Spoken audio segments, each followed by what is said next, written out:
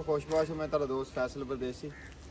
अज आए जी असी राणा नसीर साहब की दावत है जी चौधरी नजीब असलम साहब के डेरे के उत्ते सियालकोट। बड़ा अच्छा इन्हों का शौक शिकार है, पहले भी तुहानूं एक तो दो दफ़ा दिखाया। इन्हों का ग्रुप बन गया जी पाक सियाल इंटरनेशनल ग्रुप के नाम तो। माशाल्लाह अपना ग्रुप चला रहे, मैच शैच भी इन्होंने एक अद्धा रखा वा। अज ग्रुप की लॉन्चमेंट भी है, राणा साहब ने उन्होंने सद्या।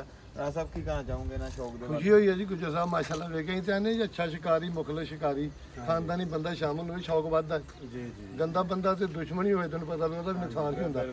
खुशी हुई है जी माशाल्लाह। ਇਹ ਜਨਾਬ ਤੁਹਾਡੇ ਬਜ਼ੁਰਗਾਂ ਦੀਆਂ ਦੁਆਵਾਂ ਹੀ ਨੇ ਤੇ ਇਨਸ਼ਾਅੱਲਾ अच्छा शौक इन्हों की भी बड़ी ख्वाहिश थी कि चलो ਸਪੋਰਟ ਤੁਹਾਡੀ ਚਾਹੀਦੀ ਹੈ ਸਾਨੂੰ। ਅਸੀਂ ਹਾਜ਼ਰ इंशाल्लाह कोई नहीं शौक भी अच्छा ਤੇ इंशाल्लाह चलो मैदान ਚ ਆਉਂਦੇ ਜਿੰਨੇ ਜੋ ਹੋਗੇ ਸਾਥ ਦੇਵਾਂਗੇ इंशाल्लाह ਦੁਆਵਾਂ ਹੀ ਤੁਹਾਡੇ ਨਾਲ ਆ ਸਾਥ इंशाल्लाह ਅੱਲਾਹ ਖੁਸ਼ ਰੱਖੇ। ਅਸੀਂ ਹਾਜ਼ਰ ਹਾਂ ਜਨਾਬ। मार दे दूर ਸਾਰੇ ਮਾਰ ਬਹੁਤ ਇਹਨਾਂ ਨੂੰ ਸ਼ੌਕ ਹੈ ਬੜਾ।